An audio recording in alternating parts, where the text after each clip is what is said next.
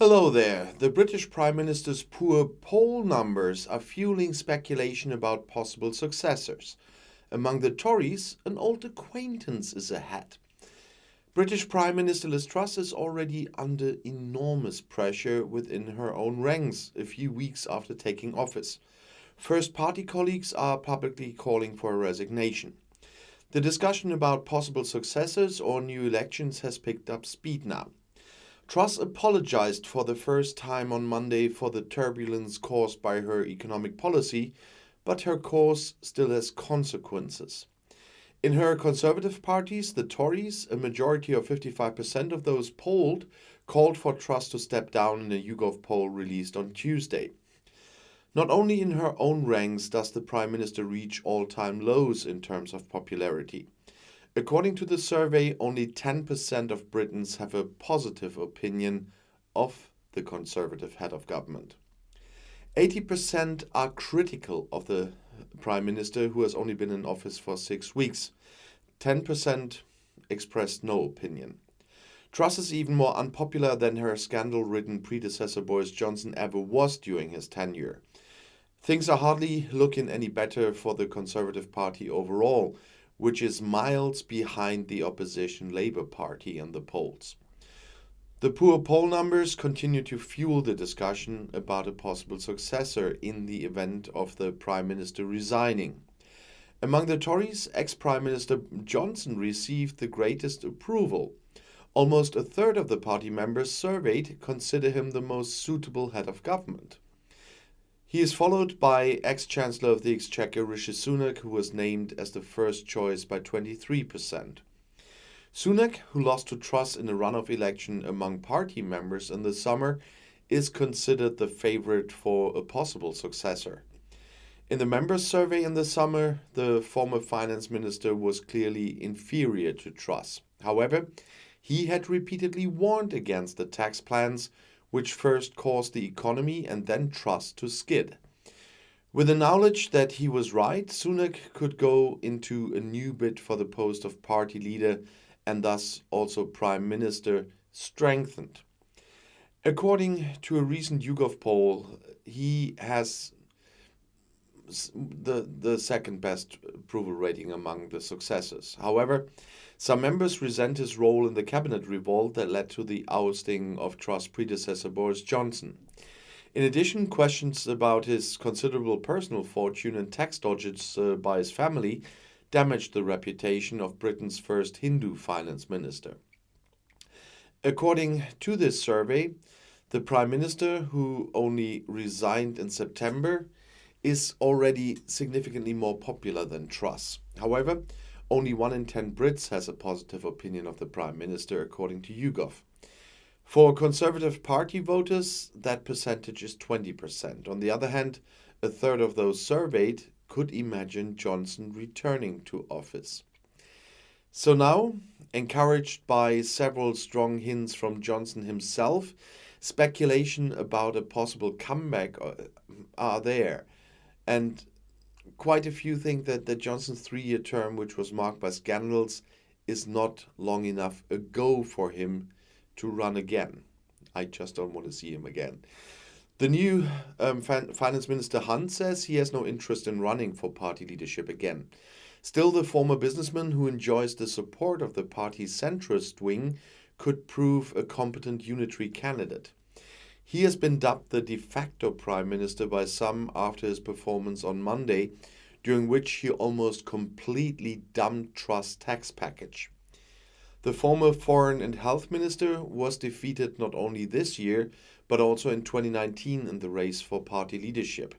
Hunt, who speaks fluent Japanese, is considered to be particularly resilient, but not very charismatic. Mordaunt, who had to answer questions from the opposition about the tax and economic debacle on behalf of Truss on Monday, is considered a good speaker. In 2019, the Brexiteer became Britain's first female defense secretary. Some see the Royal Navy reservist as a possible compromise candidate for the divided Tories presidency. And today, after I filmed this, Truss has to answer questions from the House of Commons for the first time since she abandoned her tax policy. There's a lot at stake for the Prime Minister. A weak performance could further weaken the ailing head of government, so the expectations.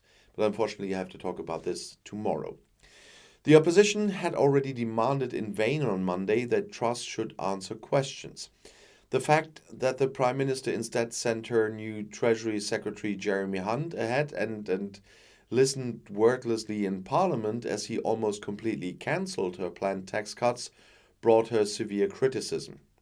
The 180-degree turnaround in tax policy was considered inevitable after the simplifications presented without counter-financing had triggered severe turbulence on the financial markets. Ex-Finance Minister Kwasi Kwarteng therefore had to vacate his chair last Friday. The head of government is also considered to be as good as done 6 weeks after taking office.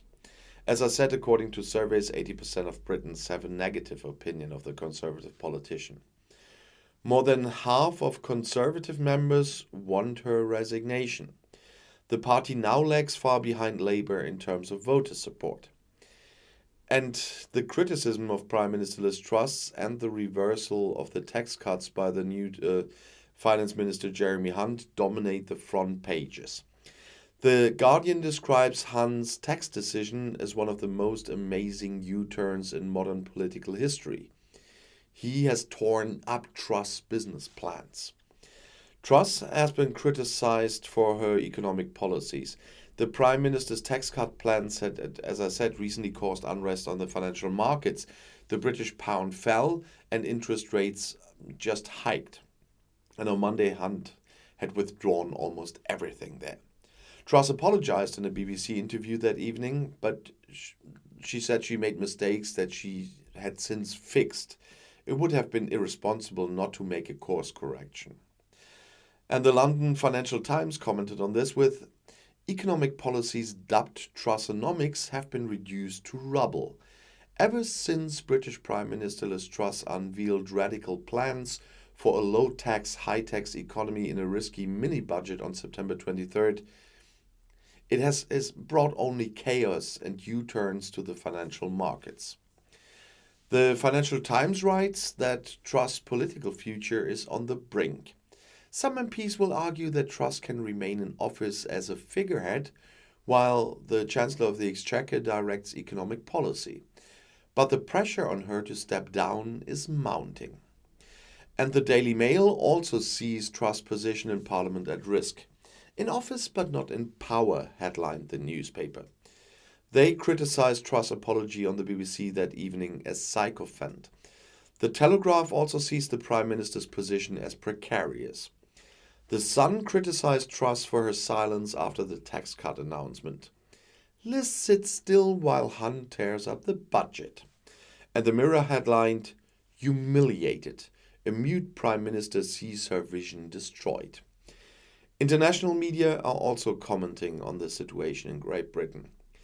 The Belgian newspaper The Standard writes, once Jeremy Hunt has finished wrecking Liz Truss' plans, the Conservative government will pursue policies with even more tax revenues and less public spending than its competitor for the Prime Minister Rishi Sunak, which had unsuccessfully propagated. That could calm the ranks of the Conservatives for a while, but will not solve the UK's economic problems after Brexit. In any case, Truss remaining as Prime Minister has become useless self-mutilation, says the Standard. She was, as the English say, toast. The Austrian newspaper The Press writes, and now? The best and cleanest option would be new elections as demanded by the opposition, led by the now consolidated Labour Party. A change of power in London is overdue, even in tricky political times, they say. And I say, I'll see you in my next video. I'll be back.